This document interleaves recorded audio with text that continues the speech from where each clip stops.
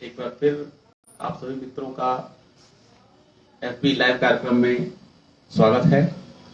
ये FB live कार्यक्रम धर्म संस्थापक संघ के सौजन्य से प्रसारित किया जाता है और इसमें श्री गुरुजी विविध विषयों पर वक्तव्य देते हैं, उसको कई बातों को समझाते हैं। हम लोग विभिन्न प्रश्नों के माध्यम से उनसे अपनी बातें रखते हैं।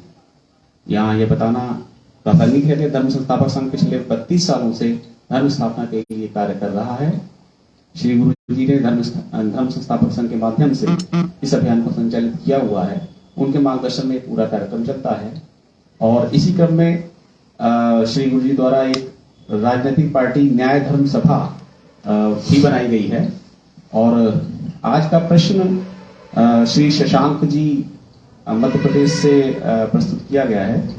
उन्होंने पूछा है गुरुजी एनडीए पार्टी के संबंध में। उनका कहना है कि जो बजट अभी आया है उस पर उनका प्रश्न केंद्रित है। उन्होंने पूछा है कि जब बजट आता है तो जनता को उससे बहुत सारी उम्मीदें रहती हैं और हर बार का बजट उनकी उम्मीदों को पूरा नहीं कर पाता। हर बार का बजट शिक्षा, जीविका, सुविधा और संरक्षण जो उनकी मूल जनाधिकार हैं जनता के, उनको मतलब वो प्रदान नहीं कर पाता।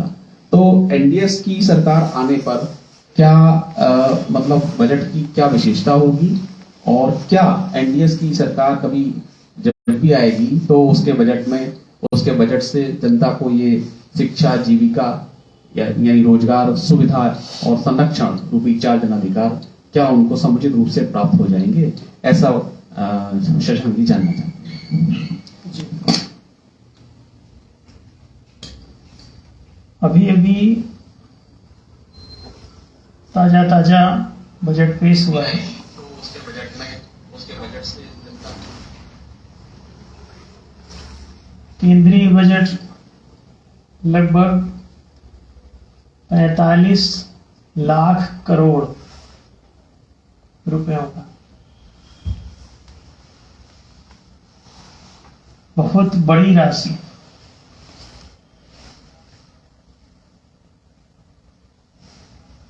$45 लाख करोड़। अब देखिए कि ये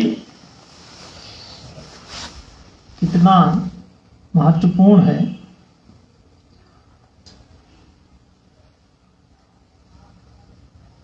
इतना भारी बजट है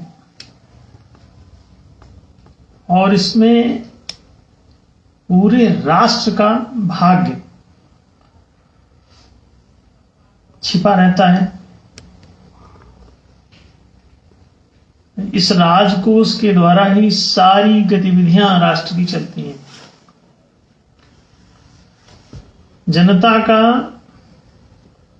सौभाग्य अथवा दुर्भाग्य इस बजट में ही केंद्रित रहता है। अब अगर 45 लाख करोड़ रुपयों का बजट केंद्रीय सरकार का है तो अब ऐसे ही 30 या उससे भी अधिक राज्य जो देश में अभी हैं उनका बजट अलग से बनता है।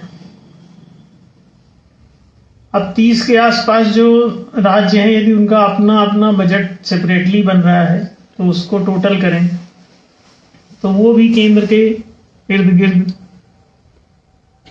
कहीं पहुंचता है। अगर ये सब देखा जाए तो एक बहुत बड़ी राशि। अब इस 45 लाख करोड़ को 1.5 या 2 गुने आप कर लीजिए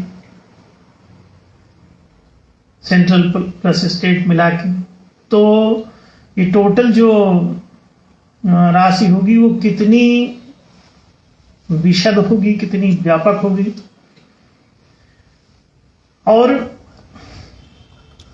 पूरे देश का, जैसा कि हमने कहा, भाग्य या दुर्भाग्य इससे बनता है या सौभाग्य बनता है। भाग्य को ही अपने देश में लक्ष्मी मानते रहे, लक्ष्मी को धन मानते रहे धन को राजकोष मुख्य रूप से माना जाता है। तो राजकोष वो लक्ष्मी का भंडार ही है। अब अगर भाग्य लक्ष्मी रूठ जाए या उस पर किसी रावण का कब्जा हो जाए तो जो देश है, जो प्रजा है, जो जनता है, उसका तो बहुत बुरा हाल होगा। भाग्य लक्ष्मी सीता का हरण हो जाए तो आप समझ सकते हैं कि एक बहुत भयंकर स्थिति उत्पन्न हो जाएगी। अब ऐसी दशा में जहां पर भाग्य लक्ष्मी अपहृत हो, जनता के भाग्य से उसका कोई संबंध न रह गया हो, तो जनता गरीबी, भूखमरी, अशिक्षा, दरिद्रता सभी प्रकार की समस्याओं से ग्रस्त हो जाएगी। सबसे पहले तो वो अशिक्षित रहेगी मैक्सिमम, दूसरे नंबर पर वो बेरोजगार रहेगी, फिर तीसरे नंबर पर वो बेघर रहेगी, चौथे नंबर पर बीमार रहेगी, असुरक्षित रहेगी, संकटों से घिरी रहेगी। ना उसे शिक्षा मिल पाएगी, ना रोजगार मिल पाएगा, ना आवासीय सुविधाएं मिल पाएंगी, ना ही संरक्षण मिल पाएगा।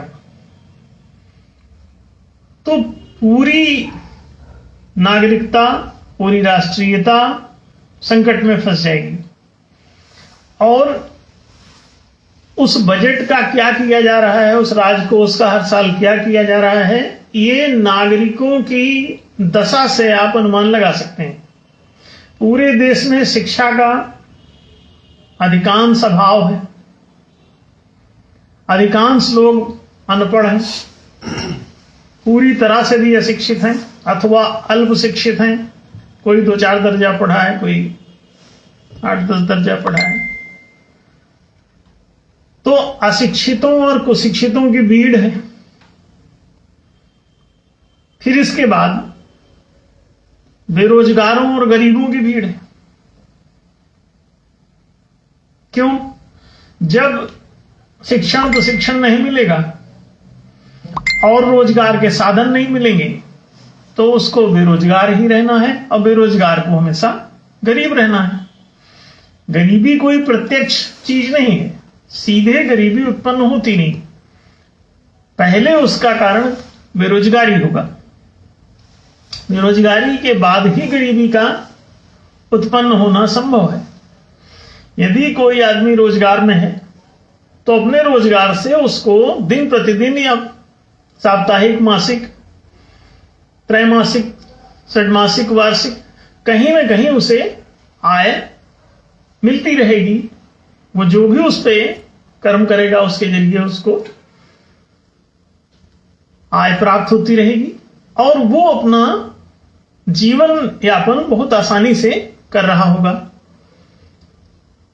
यदि उसके पास आर्थिक संसाधन, आय स्रोत या रोजगार नहीं है तो फिर वो कर्म किस पर करेगा? जैसे किसानों का भूमिहीन होना, वणिकों का पूंजीहीन होना, राज कर्मचारियों का राजकोष विहीन होना, राजकोष पर उनका सबका स्वामित्व न होने की वजह से चंद लोग हर चीज पर अधिपत्य कर लेते हैं और सारा पेमेंट अपने नाम कर लेते हैं, और बाकी जो कमजोर क्लास जिसे वो दास मानते हैं, अधिकारी और कर्मचारी दो भाग में ये बटे रहते हैं, मालिक और गुलाम के रूप में। तो अधिकारी वर्ग सब अपने पास रख लेता है 80%, और मुश्किल से 20% भी अधिकारी नहीं है। 10 से 20% को मान ले तो बाकी सब कर्मचारी हैं। तो वो उसका 80-90% अपने पास रख लेंगे, अब बाकी जो 10-15% बचेगा उसमें से 80-90% को तनख्वाह बांटेंगे, तो गरीबी राजकर्मियों के बीच में रहेगी।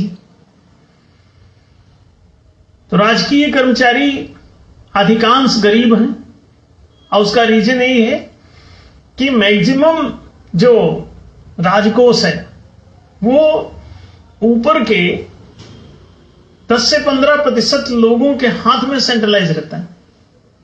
वो अपने को मालिक मानते हैं, नीचे गुलाम। इसी तरह से चंद जमींदारों के हाथ में जमीनें सेंट्रलाइज हो जाती हैं, वो वही 5-10% लोग, और बाकी जो 90% लोग हैं किसान, वो भूमिहीन हो जाते हैं। अब भूमिहीन किसान, ये कितनी अटपटी शब्दावली है। जब भूमि ही नहीं है उसके पास तो खेती किस पर करेगा? तो किसान का मतलब क्या हुआ उसका? किसान कैसे किसान सिद्ध होगा जब कृषि भूमि ही नहीं है, मौद्रिक पूंजी नहीं है और वाणिज्य कर रहे हैं। पूंजी के बिना कोई वाणिज्यिक कर्म होता नहीं, और जब पूंजी के बिना कोई वाणिज्यिक कर्म होता नहीं है तो वो करेंगे कैसे?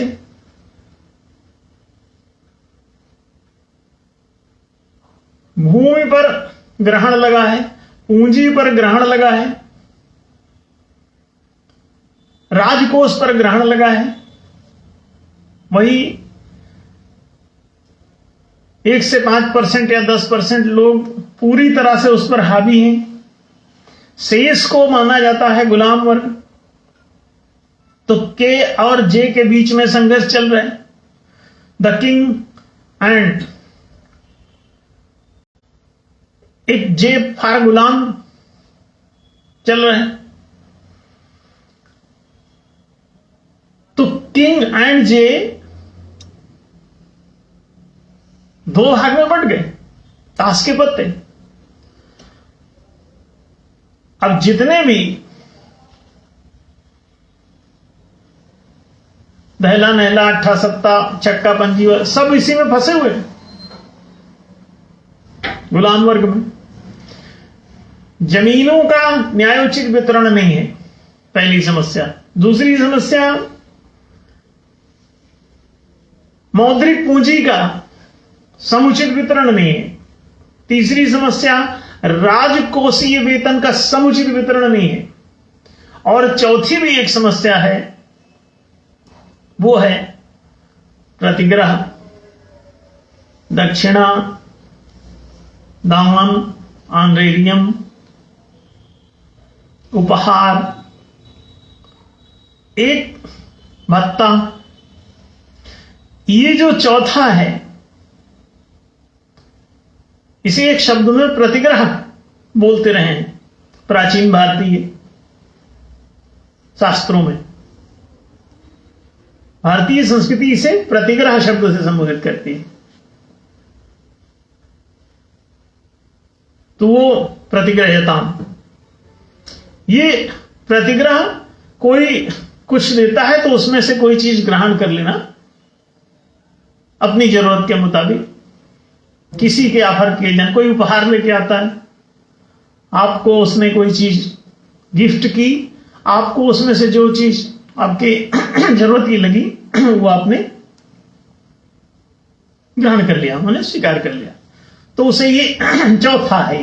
ये भी देश में एक वर्ग विशेष इस पे खड़ा किया गया था, क्योंकि एक ऐसा भी वर्ग होता है जिसका बड़ा आदर सत्कार हो जाता है समाज में। तो ऐसा व्यक्ति समाज के आदर के कारण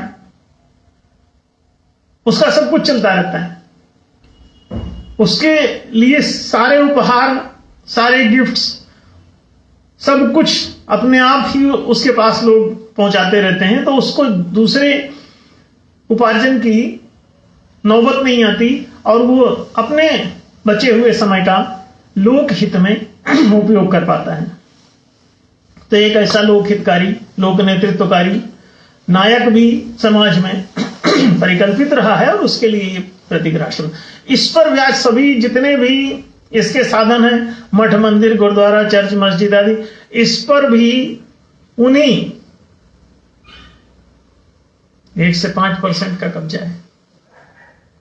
और ये भी सब संस्थाएं हजारों लाखों करोड़ों होने के बावजूद उस वर्ग के अधिकांश लोग गरीब और भुखमरे 90 से 95%, तो जितना भी नेतृत्व करता वर्ग है उसको आप देखें कि वो बस नायक बना घूम रहा है।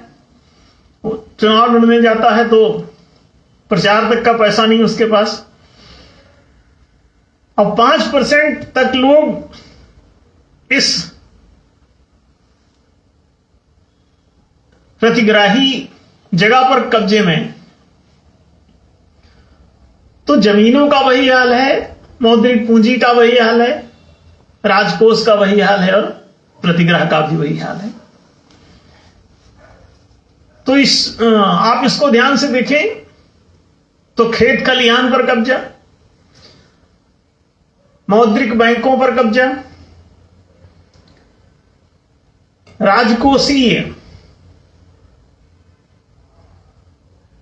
धन पर कब्जा और मंदिरों की दान दक्षिणा पर कब्जा। 1 से 5% या हद से हद 10%, इन सभी वर्गों का यही हाल है। एक 5वीं संपदा थी जिसे वन संपदा कहते थे, जो पशुओं, वनवासियों, जंगलियों या अंत्यजों जिन्हें त्याग दिया जाता था समाज से आपराधिक कारणों के वजह से, जो पशुवत छीन झपट करते थे, लड़ाई करते थे, एक दूसरे पर हमले करते थे, उन्हें मारने के बजाय उन्हें जंगल में छोड़ दिया जाता था कि जंगली ही हैं, उनको वहीं छोड़ दो। उनको वहां जंगल का अधिकार है कि वे अपना जीवन यापन वहां के वनवासी कर सकें। आज सारे वनवासी जिनको आप आदिवासी बता रहे हैं, वो सारे के सारे जल जंगल जमीन के लिए फाइट करते फिर रहे हैं। कोई बंदूक लिए घूम रहा है, कोई तीर तलवार लिए घूम रहा है, कोई हल्ला मचा रहा है, पांव नंगे हैं और हाथ में गन लेके घूम रहे हैं। जिनके पैर में चप्पल नहीं है, पहनने के लिए कपड़े नहीं हैं, दांत साफ करने के लिए ब्रश मंजन नहीं है, खाने के लिए कोई साफ सुथरा खाना नहीं है, वो गने कहां से लाते हैं? कभी ख्याल किया? चारों तरफ लफड़ा है। चलो ठीक है, रो रहे हैं, अपना गीत गा रहे हैं, कोई उनका इस्तेमाल भी कर रहा है, लेकिन वो सूचना तो मिल ही रही है कि किसान क्यों चीख रहा है। 1,500 किसान अपनी जमीन बचाने के चक्कर में उधर पिस गए, बिल लिए चले आ रहे थे 3 किसानों के विरुद्ध कि उनकी सब जल जमीन सब जो है बड़े बड़े सेठों की होगी, कारपोरेट जगत की होगी, और बाकी सब ये भूमिहीन होकर के उनकी मजदूरी करेंगे। अब वो बिल जैसे तैसे हटा। अरे बिल वो नहीं भी लाओगे तो पहले से ही सब भूमि विकास बैंक जो है, भूमि बंधक बैंक बनाते हैं, उसका नाम लिखते हैं भूमि विकास बैंक। अपने देश में काम कर रहे हैं। 80% से ज्यादा जमीनें फटाफट सब बंधक हो गई बैंकों में। भूमि विकास की जगह भूमि विनाश बैंक हो गए। अब भूमि बंधक बैंक भूमियों को बांध लेते हैं और धीरे धीरे इनका सबका मालिकाना हक खत्म हो जाता है। अब आप इसे विचार करके देखिए कि भूमियों पर कब्जा, मौद्रिक पूंजी। अच्छा, मौद्रिक पूंजी का कितना बुरा हाल है। मौद्रिक पूंजी, आप लिक्विडिटी मांगते हैं, आपको लोन देते हैं, आप कहते हैं बर्फ का गोला हमारा है, इसको आप लिक्विफाई कर दीजिए, अपने वो जो सील मुहर रहता है ना सूरज के आकार का गोल गोल, उसका ठप्पा कागज में मार देने से आपका लिक्विड हो जाता है, क्योंकि वो गर्म होता है। सील जो है वो गर्म होती है, उसको मारने से लिक्विड हो जाया करता है। गर्मी काहे की रहती है? वो राज्य की जो गुडविल है समाज में कि उसके सील लगा देने से वो ऑथराइज हो जाता है और वो पैसा के रूप में लोग उसको एक्सेप्ट करने लगते हैं, उसको सील के कारण। तो ऑथराइजेशन ऑफ नोट्स सील पर निर्भर है, आरबीआई के गवर्नर के हस्ताक्षर पर निर्भर है। तो उस गर्मी में जो सील में जो गर्माहट है, वो जो लिक्विड करने वाली है आपके ठोस बर्फ को, बर्फ आपका तो पानी भी आप ही का होगा, और ब्याज दूसरा ले रहा है, और ये पूरी तरह से इलीगल भी है, अवैध है, इमोरल है, अनैतिक है, इसमें कोई मॉरलिटी है ही नहीं। जैसे आप अपना घर बनाएं और कोई बाहरी आदमी आए पाकिस्तान से, इंग्लैंड से, अफ्रीका से, कहे कि आप हमको अपने घर का किराया दीजिए, तो आप कहेंगे भाई क्यों? अरे भाई मकान, आप कहेंगे मकान हमने बनाया, ईंटा हम ढोए, हम खरीदे, सीमेंट हम लाए, मिस्त्री हम लगाए, उसको मजदूरी हमने दिया, सारा इसको बनवाया हमने, अब जब हम रहने लगे तो आप कह रहे हैं आके किराया दीजिए। जब बर्फ का गोला हमारा है तो लिक्विड होने पर किसी दूसरे का स्वामित्व कोई कैसे सिद्ध कर पाएगा? किस तर्क से सिद्ध करोगे? क्या तुम इतने तर्कातीत हो भाई दुनिया में? और वो लिक्विडिटी आपको करने के लिए वो कहते हैं ना पहले तो आपको देंगे ही नहीं। जमीन आपकी फंसी है, मकान आपका फंसा है, सोना आपका फंसा है, चांदी आपका फंसा है, गहना आपका फंसा, सारी कीमती चीजें आपकी वहां ली जाती हैं और ले करके उनको लिक्विफाई किया जाता है। लिक्विफाई करने के बाद जैसे लिक्विड होता है तो कहते हैं कि ये लिक्विड तो हमारा है। अरे जब सोना तुम लेके गए और सोना को किसी गर्मी में रख दिए, पिघल गया, बैंक में गर्मी इतनी ज्यादा रहती है, भट्टी जैसा समझो, तो गया सोना पिघल गया मान लो, तो पिघला हुआ सोना किसका होगा?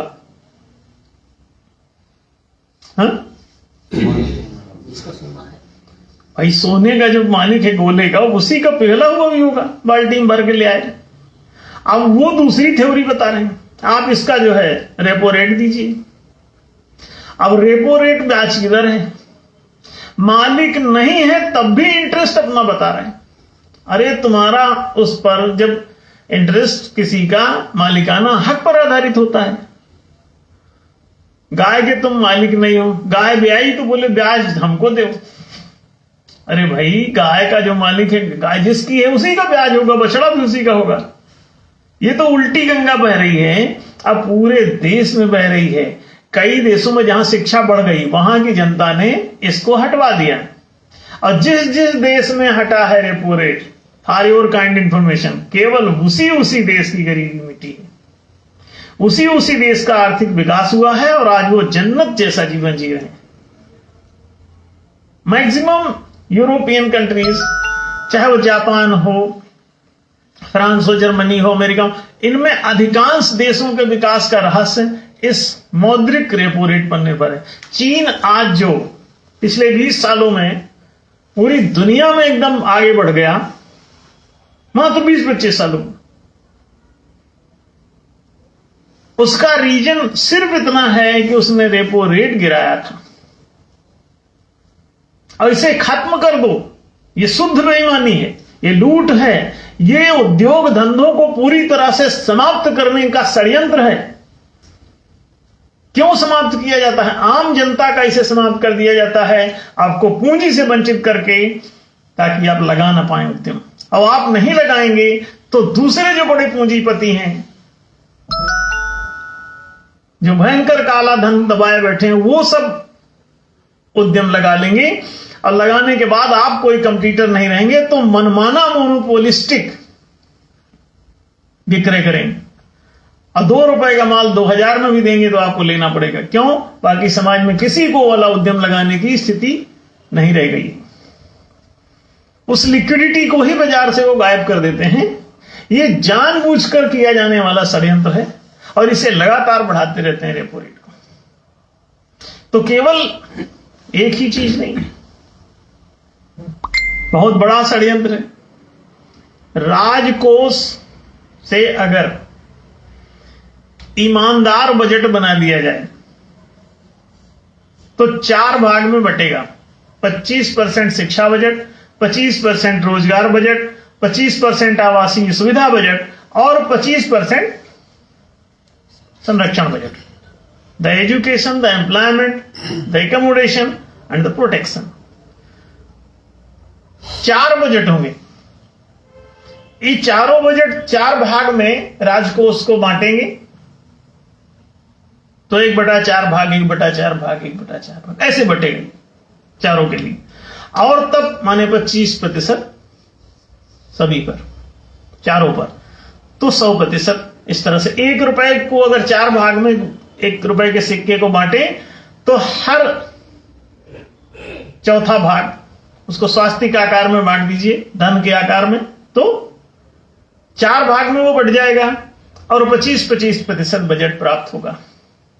अब आप सोच लीजिए कि यदि देश में केंद्र का बजट सही ढंग से बना होता और उसको हमने अभी सिक्का बटा हुआ था कैसा, उसमें हमने आपको दिखाया भी था, शायद हमारे मोबाइल में सेव भी होगा वो। उसमें इन चारों के लिए कोई प्रोविजन ही नहीं। उसमें शिक्षा के लिए, रोजगार के लिए, सुविधा के लिए, संरक्षण के लिए 4 ही सरकार के काम होते हैं और चारों पर भी कोई बजट नहीं है। केवल वो सैन्य मामलों के लिए थोड़ा सा कुछ बजट रखा हुआ है। अगर मान लीजिए 45 लाख करोड़ के बजट को 4 भाग में बांटते तो कितना होता?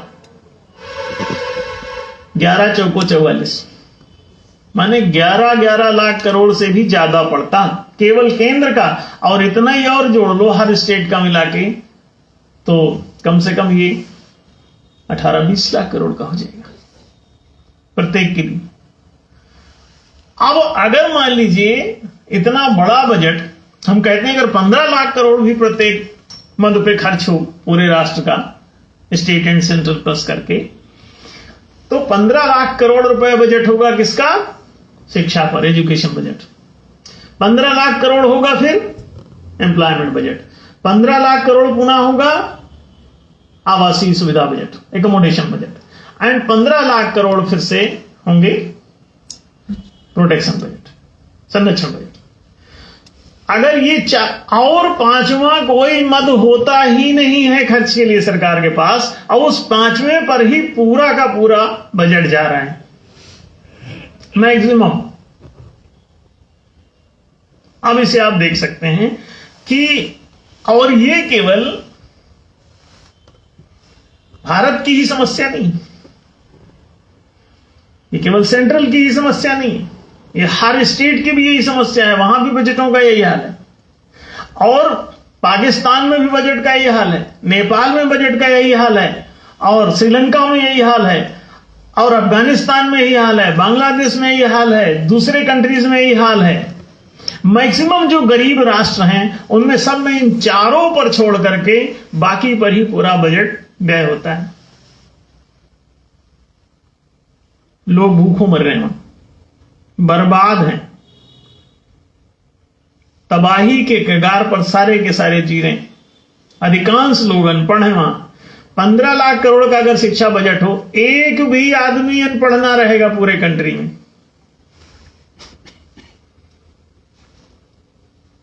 सोने की चटाई बुन बुन के बैठा के बच्चों को पढ़ा सकोगे, सोने की कॉपी किताब बना बना के उनको पढ़ा सकोगे।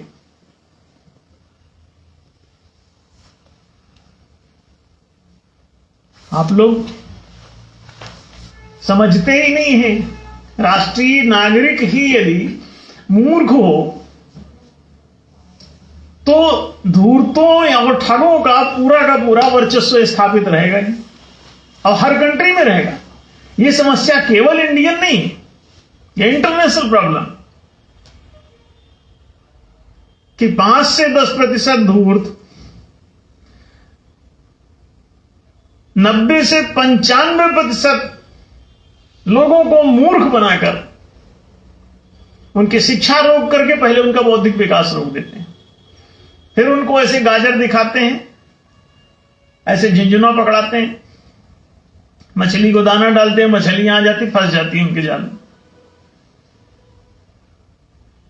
चिड़ियों को चुग्गा डाल दिया, चिड़िया फंस गई। मछलियों को दाना डाल दिया, मछलियां फंस गई। क्यों? मछलियों को और इन चिड़ियों को पता ही नहीं है कि इनके साथ क्या हो रहा है। इनका राशन कार्ड बना दिया जाता है। ये बजट इसलिए नहीं बन रहा है क्योंकि आप लोग भी समझ नहीं पा रहे हैं। आप लोग चुप रह जाते हैं क्योंकि आपको पता ही नहीं होता है कि आपके लिए हो क्या रहा है। और आप बोले भी, कोई एक आध आदमी बोले भी तो उसकी आवाज बहरों की दुनिया में, जिनका बौद्धिक बहरापन है, कान तो हैं लेकिन बुद्धि पीछे कान के नहीं है समझने वाली, तो सुन के भी क्या करोगे? अब उस बुद्धि को शिक्षा समाप्त करके खत्म कर दिया जाता है, उसके विकास को अवरुद्ध कर दिया जाता है। इसीलिए भैया वास्तव में ले आओ एक ऐसा न्याय राज्य। अब राम राज्य और कृष्ण राज्य और कबीर राज्य और नानक राज्य और बुद्ध राज्य और जीसस राज्य, मोहम्मद राज्य, बहुत सब कर लिए हो। अब एक बार न्याय राज्य ला लो। न्याय राज्य लाओगे तो कौन राम इसका विरोध करेगा? कौन कृष्ण इसका विरोध करेगा? कृष्ण तो अन्याय के खिलाफ ही लड़ते रहे, राम भी अन्याय के खिलाफ ही लड़ते रहे। ये सभी, हर महापुरुष अन्याय के खिलाफ ही बोलने में लगा रहा जिंदगी भर। कोई चाहे जीसस हो, मोहम्मद हो, कबीर हो, नानक हो, सब राम राज्य पढ़े। राम राज्य बैठे त्रैलोका हर्षित भय गए, सब सो का भयरु न करु काहू सन कोई, राम प्रताप विषमता कोई। और ध्यान रखिए, राम राज्य में तो कह ही रहे कि मुखिया मुख सो चाहिए, खान पान को एक। आपका मुखिया माने प्रधानमंत्री कैसा हो? जैसे शरीर देह रूपी देश में मुख की भूमिका जैसी होती है, ऐसे मुखिया की भूमिका, यानी जो प्रधानमंत्री प्रमुख मंत्री है वो कैसा होना चाहिए? उसको प्रमुख क्यों कहते हैं? कि वो मुख की भूमिका निभाए। वो मुख्यमंत्री है, वो प्रधानमंत्री है, तो इन मुखियाओं का कैसा होना चाहिए? मुखिया मुख सो चाहिए।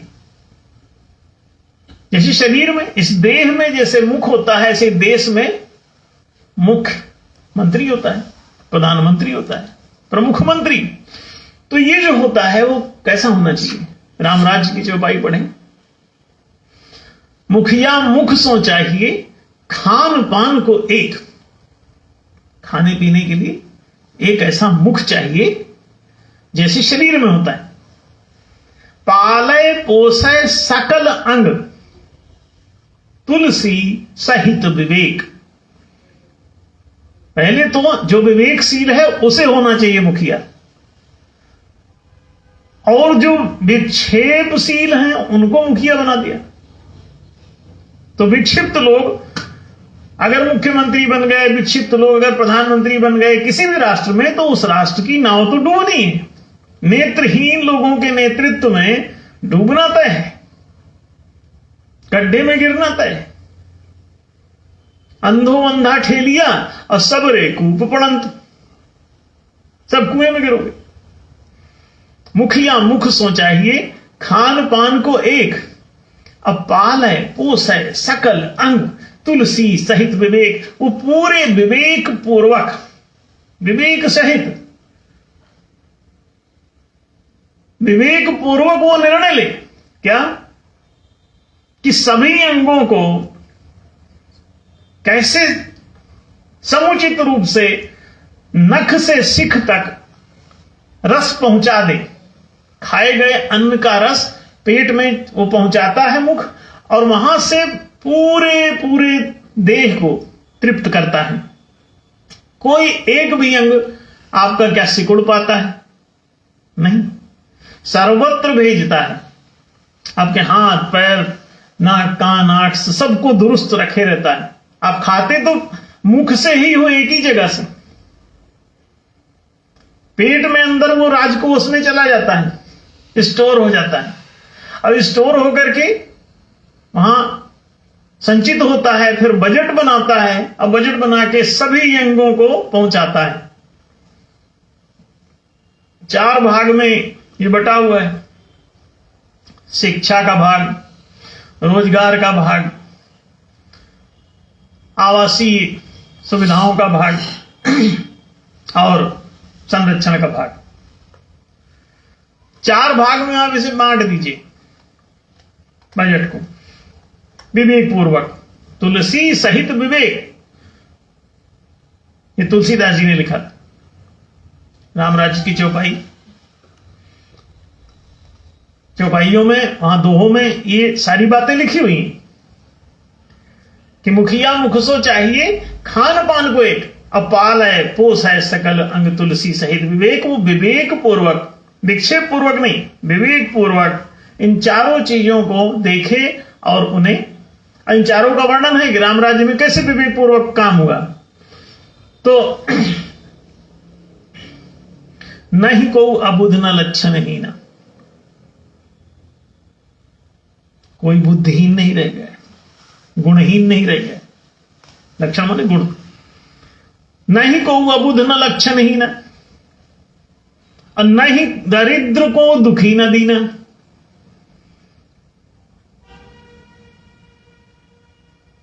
नहीं को अबुध न लक्षण ही ना माने सब शिक्षित हो गए, और नहीं दरिद्र को दुखी न देना माने कोई बेरोजगार गरीब नहीं रह गया है। 2 चीजें हो। ये जब आप पढ़िए रामराज की चौपाइयों,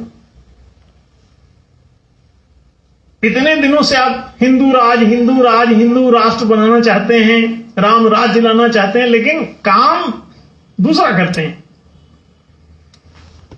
काम यही कीजिए ना, राम राज्य में जो लिखा है वही करो ना। दिक्कत कौन रोक रहा तुम्हारा हाथ? तुम्हारी खुद की बेईमानी के अलावा दूसरी कोई चीज ऐसी नहीं है जो इसे रोक सके। बाहर कोई चीज ऐसी नहीं है जिसमें रुकावट डाल सके 4 भाग में बजट बांटने से। पहले तो सब गुणज्ञ पंडित सब ज्ञानी, सारे लोग पढ़े लिखे हो गए, सब ज्ञानवान हो गए। जाहिर है विद्या के बिना गुणज्ञ पंडित सब ज्ञानी हो जाएंगे। सारी प्रजा ऐसी हो गई है, बताया जा रहा है। नहीं को अबुध न लक्षण ही ना, फिर नहीं दरिद्र को दुखी न दीना। सब सुंदर सब बिरुज शरीर, सब रोग मुक्त हो गए। मतलब सबको चिकित्सकीय सेवाएं सुलभ रही होंगी। तो कैसे हुआ?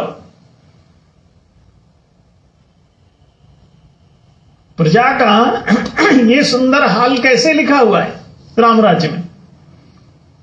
और अगर ऐसा कोई राम राज्य आता है तो ये तो अतिशय उन्नत है भाई। सब लोगों को लाना चाहिए कि सबको शिक्षा दे, सबको रोजगार दे, सबको आवासीय सुविधाएं दे, सबको चिकित्सा आदि संरक्षण सुलभ कराए, सुरक्षा प्रदान करे। अगर ऐसा हो तो वो चाहे राम राज्य बोलो उसको, चाहे उसको आप कृष्ण राज्य बोलो, युधिष्ठिर राज्य बोलो, कि विक्रमादित्य का राज्य बोलो, कि और किसी महान राजा का राज्य बोलो, और चाहे अपना खुद का ही राज्य बोल लो, लेकिन ऐसा करो। लिखा तो है राम राज्य, काहे नहीं करते हो? अब कब करोगे? हम 32 साल से इस पे बोल रहे हैं, कैंपेन चला रहे हैं। न्याय राज्य ही राम राज्य है। अन्याय राज्य तो रावण राज्य हो जाएगा ना।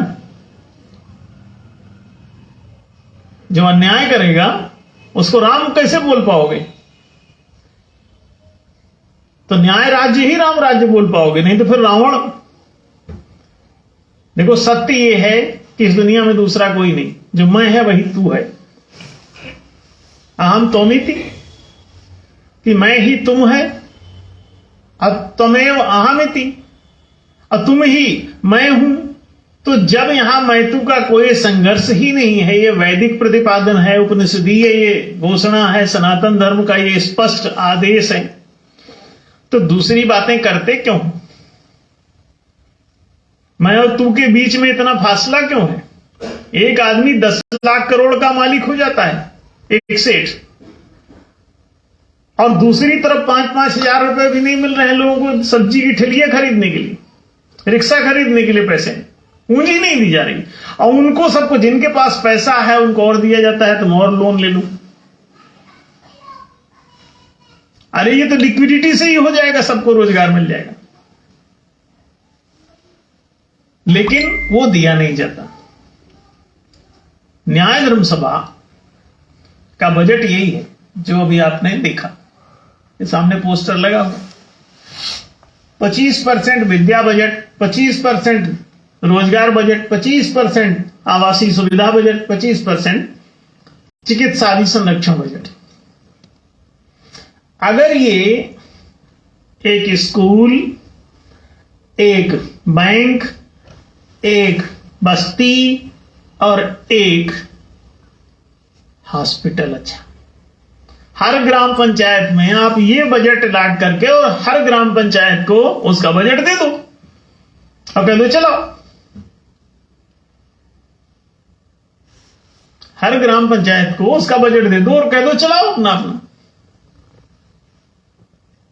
और ग्राम पंचायत में वोटिंग का पावर दे दो कि लोग कोई चूसे चासे ना, और सबसे वोटिंग करा के ही कोई नियम नीति निर्णय लागू करें ग्राम पंचायत में। अब बस ये सही हो जाएगा। इसे हमने कहा महालोकतंत्र। अगर ये महालोकतंत्र, द्वादश मताधिकारी महालोकतंत्र आता है, जिसमें आप नेता चुनना, नेता हटाना, मंत्री चुनना, मंत्री हटाना, जज चुनना, जज हटाना, और नियम पारित, नियम खारिज, नीति पारित, नीति खारिज, निर्णय पारित, निर्णय खारिज, ऐसे 6 और दूसरी तरफ 6, शासन सत्ता में 6, शासन व्यवस्था में 6, पारित खारिज किया मताधिकार।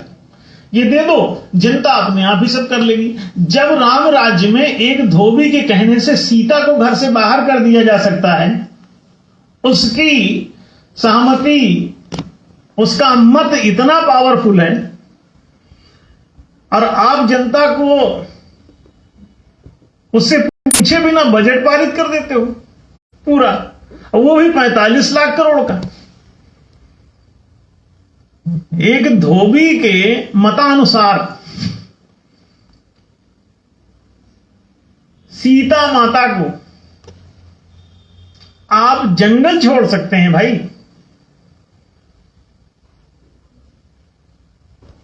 लक्ष्मण जी से छुड़वा देता है राम, काहे भाई मर्यादा पुरुषोत्तम। धोबी का मत, लोग राम को गरियाते हैं, लेकिन उस धोबी को जाके पहले गरियाओ भाई। गलती धोबी की, और गलती वहां व्यवस्था में है कि प्रजा का आदर तो करो, लेकिन सार्वजनिक बहुमत से निर्णय लो भाई। केवल धोबी, एक धोबी के कहने से सीता को, मैया को घर से निकाल दिया, ठीक नहीं था। महालोकतंत्र लाओ। अगर एक धोबी बोल रहा है तो इसकी वोटिंग करा दो प्रजा में, सब स्त्रियों की भी वोटिंग हो जाने दो। और अगर सब कहें कि सीता माता को जंगल में छुड़वा दिया जाए और इसमें बहुमत सिद्ध हो जाए, तो चलो भाई छोड़ाओ, होगा कोई अपराध जिससे इतने लोग खफा हैं। लेकिन हमको तो नहीं लगता कि अगर ये महालोकतंत्र होता, उसमें राम को ये निर्णय लेने के लिए, निर्णय को जनता से जनमत द्वारा, जन बहुमत द्वारा पारित खारिज कराया गया होता अगर इस निर्णय को, तो आप क्या समझते हैं सीता मैया को जंगल जाना पड़ता? वोट मिल जाते इतने? हमें तो नहीं लगता। क्या सारी स्त्रियां वोट दे देती सीता के विरुद्ध? हमको तो नहीं लगता। अभी किसको लगता है वो जाने। और जिसको लगता है कि ऐसा वोट उनके खिलाफ चला जाता, तो वोटिंग करवा लें, हम आज भी तो राजी हैं इससे। और अगर वोटिंग करा के देखा जाए कि उस समय की जैसी भी परिस्थिति थी उसमें वोटिंग कराई जाए कि गर्भवती सीता को क्या घर से निकाल करके और जंगल में हिंस्र पशुओं के बीच में छुड़वाया जा सकता है, क्या प्रजा इससे सहमत है? वोट देगी? आज भी करा लो। और अगर जनता इसे खारिज कर दे तो राम से माफी मंगवा दो, इसमें क्या तकलीफ है? और एनडीए जब भी सत्ता में आएगी तो वोटिंग कराएगी इस पर, और सीता का अगर निकालने का अगर ये निर्णय गलत था तो हम राम मंदिर से इसकी माफीनामा जारी करवाएंगे। काहे? अरे भाई, राम का मंदिर बन ही रहा है अयोध्या जी में, अब तो वहां पक्का में राम कहीं ना कहीं कुछ तो उनका आएगा ही प्रभाव, तो उसी मंदिर के महंतों से जारी करवा देंगे कि अच्छा वो डिसीजन गलत था, इसलिए राम की तरफ से गलती नहीं थी, आप मत समझना भगवान काहे के लिए गलत करेंगे। अगर वो भगवान के अवतार थे तो वो गलती क्यों करेंगे? वो तो धोबी ने वैसा करवा दिया, तो धोबी से पूछो कि तुमने अकेला मत दे करके ऐसा क्यों किया, है ना। तो एक आदमी के मत से राज्य नहीं चलना चाहिए, सार्वजनिक बहुमत से राज्य चलना चाहिए। ऐसा ठीक है या नहीं? जी जी। दुनिया से पूछ लो कि एक आदमी भले डिसीजन लेने वाला एक ही हो लेकिन उससे सहमति तो ले ही जानी चाहिए ना, सार्वजनिक बहुमत से उसको पारित खारिज किया जाना चाहिए। विद्वान लोगों को निर्णय लेने का अधिकार है क्योंकि वो सही गलत समझेंगे ज्यादा, तो वो निर्णय ले, लेकिन इसका क्रॉस चेक भी तो होना चाहिए कि वो सर्वहितकारी है कि नहीं। जो बात जितनी सत्य होती है उतनी सर्वात्मक होती है, तो सर्वमत उसमें उतना ज्यादा आएगा। तो जब बहुत ज्यादा बहुमत आया उस पर, तो समझ जाना चाहिए कि सत्य के ज्यादा निकट होगी। इतने सारे लोग इससे सहमत हो रहे हैं, इसका मतलब सर्वहित सिद्ध हो रहा होगा। तो जैसे ही ये महालोकतंत्र आएगा तो ये बजट भी जो अभी पारित किया जा रहा है उसमें से न शिक्षा बजट है उसमें, न रोजगार का बजट है उसमें, न आवासीय सुविधा का बजट है उसमें, न संरक्षण का बजट है उसमें, न्यायपूर्वक उसमें कुछ नहीं है। जो कुछ है वो सब वही 1 से 5% के इर्द गिर्द घूम रहा है टोटल बजट। और ये हमेशा से ऐसे ही पिछले हजारों साल से होता चला रहे हैं। कोई एक राम राजा बन जाता है तो थोड़ा बहुत अकेला व्यक्ति अच्छा है तो सब अच्छा हो जाता है। क्यों? राम राज बैठे त्रैलोका, हर्षित भय गए सब शोका, भयरु न करु काहू सन कोई, राम प्रताप विषमता कोई। राम के प्रताप से विषमता मिट गई, खो गई, विषमता समाप्त हो गई। तो ये वैषम्य ही वैर का कारण है, वैर समाप्त हो गए। जब वैर समाप्त हुआ तो बैर न करू काहू सन कोई, राम प्रताप विषमता कोई। बैर का कारण तो वैषम्य ही, विषम्य हुआ, और समाधिकारिता हो जाए कि सबको समान रूप से शिक्षा मिलने लगे, समान रूप से रोजगार के अवसर मिलने लगे, समान रूप से आवासीय सुविधाएं मिलने लगे, समान रूप से चिकित्सा आदि संरक्षण सेवाएं मिलने लगे, पेंशन मिलने लगे समान, पीएफ मिलने लगे समान, बीमा मिलने लगे समान। अरे तो क्रांति हो जाएगी भाई, जीवन धन्य हो जाएगा आप सबका। तो राम राज्य आ जाए तो क्रांति, अरे बिल्कुल बड़ा मस्त वातावरण हो जाएगा, वैषम्य ही मिट जाएगा। फिर सब नर करहीं परस्पर प्रीति। अब देखो, अब चला ही स्वधर्म निरत श्रुति नीति, फिर अपने अपनी ड्यूटी का पालन करने लगते हैं। तो धर्म ने स्वयं का कर्तव्य करने लग जाओगे। जो जहां है फिर जो जिस पोस्ट पे है वैसा काम अच्छे से करने लगे। किसान अच्छे से खेती करने लगेगा, बनिया अच्छे से व्यापार करने लगेगा, और राज कर्मचारी अपने अपने पदों के अनुसार सेवाएं देने लगेंगे, और नेतृत्व करने वाले सही सही नेतृत्व विवेक पूर्वक करने लगेंगे। तो इतना अच्छा हो जाएगा। तो सबको समानता का अधिकार काहे नहीं दे देते हो भाई? जब राम राज्य में था, विषमता मिटाई राम ने अपने प्रताप से। तो अब आप लोग भी जितने राम राज्यवादी हो, हजारों साल से तुम यही नाटक चिल्लाते रहते हो, राम राज्य लाते नहीं कभी। अरे ला ही दो एक बार, झंझट खत्म करो, विषमता असमता काहे बना कर रखे, समाप्त हो जाएगा। समान बजटीकरण करो, एनडीएस के आते ही ये समान बजटीकरण स्थापित हो जाएगा। कितने दिनों में आप लोग एनडीएस को ले आएंगे ये अपना देखते रहिए। एनडीएस को कोई जल्दी इसकी नहीं है। आप सबकी जितनी तकलीफें हैं वो तकलीफों के अनुसार अपना निर्णय आप लोग स्वयं करें। एनडीएस महालोकतंत्र वाली पार्टी है, वो आपके मतों के अनुसार ही चलने वाली है। जनमत एनडीएस के पक्ष में अपना जल्दी जल्दी ले आओ और सारी समस्याओं से छुटकारा पाओ।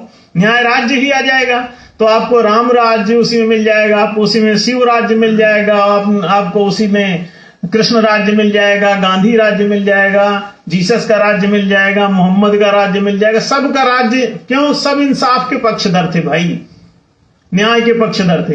एक भी महापुरुष का खोज के बतवा दो कि उसने कहा हो कि वो ना इंसाफी करेगा, वो अन्याय करेगा, और आप लोग तो कर रहे हैं सब। उन्हीं के अनुयायी बन के और बड़े मस्ती से आप बेईमानी करते हैं। देखिए कितना गजब का कारोबार है। तो इसलिए लौटाओ भाई और न्याय के पक्ष में खड़े होकर देखो। जब चाहो तो अपनी तकदीर अपने वोट के द्वारा बदल लो, और जब भी बदलना चाहो बदल ही जाएगा, इसमें शंका मत करो। एक साल में बदल लो। अगर सभी लोग एनडीएस को वोट दे दें तो 2024 के बाद ना ये देश गरीब रहेगा, ना पिछड़ा रहेगा, ना कोई बेईमानी होगी, ना भुखमरी होगी। सीधा सीधा ये 4 भाग में बजट रहेगा, सबको 12 मताधिकार मिल जाएंगे और सब शांति पूर्वक चलने लगेगा। फिर होगा नहीं दरिद्र को दुखी न दीना, नहीं को वह लक्षण ही ना, सब गुणज्ञ पंडित सब शिक्षित हो जाओगे। क्यों? पूरे 25 साल तक सबको फ्री शिक्षा मिलेगी ठीक से। तो अनपढ़ कैसे रहोगे? डॉक्टर बनना है डॉक्टर बन जाओगे, इंजीनियर बनना है इंजीनियर बन जाओगे। एनडीएस आते ही आप सबका भाग्य उसी तरह बदल जाएगा जैसे राम के राजगद्दी पर बैठते ही सारी प्रजा का भाग्य बदल गया था। जैसे कृष्ण के राजगद्दी पर बैठते ही पूरी द्वारका का भाग्य बदल गया था, और जैसे युधिष्ठिर के बैठते ही पूरे महाभारत का भाग्य बदल गया था, और जैसे तमाम महापुरुष सतयुग में चले जाओ तो जैसे सत्यानुकूल युग आते ही सारे नागरिकों का भाग्य बदल गया था। कोई दुख का वातावरण नहीं था, कोई अकाल मौत नहीं मरता था, कोई बेघर नहीं होता था, कोई बेरोजगार और गरीब नहीं होता था, कोई अनपढ़ नहीं होता था। ऐसी सुंदर परिस्थितियां उत्पन्न हो जाएंगी। तो ये तो सबके भाग्य की ही बात है। एनडीएस का अगर साम्राज्य आता है, माने न्याय का अगर साम्राज्य आता है, तो सारा जगत ही धन्य हो जाएगा। एनडीएस की इसमें क्लियर कट नीतियां हैं, 111 न्याय प्रस्ताव है। सब जैसे जैसे इंप्लीमेंट करोगे जीवन अच्छा हो जाएगा। और सतयुग तो आपके हाथ में ही है। अब आपको तो लड़ना भी नहीं है भाई। बहुत सारे लोग बंदूक लिए घूम रहे, बंदूक से नहीं होता, ये गोली बारूद से नहीं होता। आप जो जनमत है ना, यही पर्याप्त होता है। जनता जागरूक हो, न्याय सापेक्ष रहे, उसको न्याय से सहमत रहे, और अपने वोटिंग के द्वारा। देखो महाभारत में एक श्लोक है जो कहता है, न वै राज्यम न राजासीन न च दंडो न दांडिका धर्मेणैव प्रजा सर्वे रक्षन्ति स्म परस्परम। बहुत प्यारा श्लोक है, ये महालोकतंत्र का श्लोक है। ये कहता है कि सारी जनता अपने पारस्परिक सहमति से अपने हितों की सिद्धि कर लेते हैं। माने जनता ही होगी सरकार, खुद ही पारित खारिज कर लेंगे अपने। ये महालोकतंत्र का सुन, न वै राज्यम न राजासीन न च दंडो न दंडी। ऐसा कोई भी राज्य जो जनता को गुलाम बनाता हो, जनता के मताधिकार छीनता हो, प्राचीन सतयुग में नहीं था, ऐसा महाभारत कह रही है। न वै राज्यम न राजासीन, भूतकाल की बात बता रही। पीछे न कोई ऐसा राज्य था, न कोई ऐसा राजा था, न कोई दंड देने वाला था, न कोई ऐसा दंड विधान था। तो ये चलता कैसे था? तो श्लोक की आधी नीचे की लाइन दूसरी कहती है, धर्मेणैव प्रजा सर्वे। धर्म माने न्याय, न्याय पूर्वक ही सारी प्रजा अपने पारस्परिक सहमति से आपस में ही जनमत संग्रह करके प्रकार के फैसले कर लेते थे। धर्मेणैव प्रजा सर्वे रक्षन्ति स्म परस्परम। पारस्परिक सहमति के द्वारा सबके हित सुरक्षित हो जाते थे। प्रजा खुद ही कर लेती थी। क्यों? उस समय ना तो कोई ऐसे ठेकेदार राजा, ना कोई ठेकेदारी वाला राज्य, ना कोई दंड विधान और ना कोई दंड देने वाला दंडाधीश। दंड की आवश्यकता तब पड़ती है जब आप अन्याय करते हो, तो डंडे से उनको कंट्रोल करना पड़ता है। और जब आप न्यायपूर्वक राज्य चलाते हो तो प्रजा को डंडे की जरूरत ही नहीं रह जाती। जनता की सहमति से, जनता की वोटिंग से ही हर चीज, नियम, नीति, निर्णय पारित खारिज होने लगते हैं।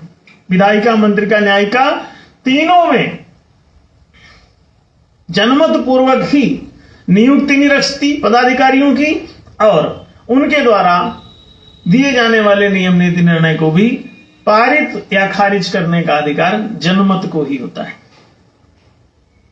जब तक ये नहीं आएगा तब तक बजट उड़ता रहेगा, ये पक्का समझो। बजट की एक नीतिगत मामला है। बजट एक आर्थिक नीति है, तो आर्थिक नीति वो अपने ढंग से पारित करते रहेंगे, खारिज करते रहेंगे, तो आपके हित में वो क्यों बनाएंगे? ये बात साफ हो गई। इसलिए अपने वोटों को ठीक करो, अपने वोटों को पहचानो। तुम्हारे हाथ में वोटिंग पावर है, इसके जरिए न्याय स्थापित कर सकते हो, इसे समझ लो और इस समस्या से हमेशा के लिए छूट जाओगे। अपने आप न्याय राज्य आ जाएगा। न्याय राज्य ही राम राज्य है, समझो। न्याय राज्य ही आपको हर गुंडे बदमाश के राज्य से अलग करता है, जो आपको शिक्षा दे, आपको रोजगार दे, आपको सुविधाएं दे, आपको संरक्षण दे। फिर आप ना अनपढ़ रहो, ना बेरोजगार रहो, ना बेघर रहो, ना बीमार रहो। तो तब आपस में फिर सब नर करहिं परस्पर प्रीति, सबको आपस में प्रेम तब आएगा जब ये न्याय हो जाएगा। न्याय के बिना कोई प्रेम नहीं कर पाओगे आपस में। क्यों? न्याय अगर नहीं है तो अन्याय होगा। जो अन्याय करेंगे आपस में एक दूसरे पर, तो एक दूसरे के प्रति घृणा बढ़ेगी, प्रेम क्यों बढ़ेगा? तो सब नर करहिं परस्पर प्रीति। रामराज में सभी लोग आपस में प्रेम करने लगे थे, प्रेम पूर्वक रहने लग गए थे। लड़ाई लुटका सब बंद हो गया था, हिंदू मुस्लिम राइट बंद हो गए थे। उस समय जो भी रहा हो, कोई कल्ट आपस में नहीं लड़ रहे थे, कोई व्यक्ति आपस में नहीं लड़ रहे थे, तो सब ठीक हो गए। सांप्रदायिक संघर्ष रुक गए थे, राष्ट्रीय संघर्ष रुक गए थे। तो ये सब रुक सकता है आज भी, यदि आप न्यायम शरणम गच्छामि बोलो तो। ठीक है। धन्यवाद गुरुजी।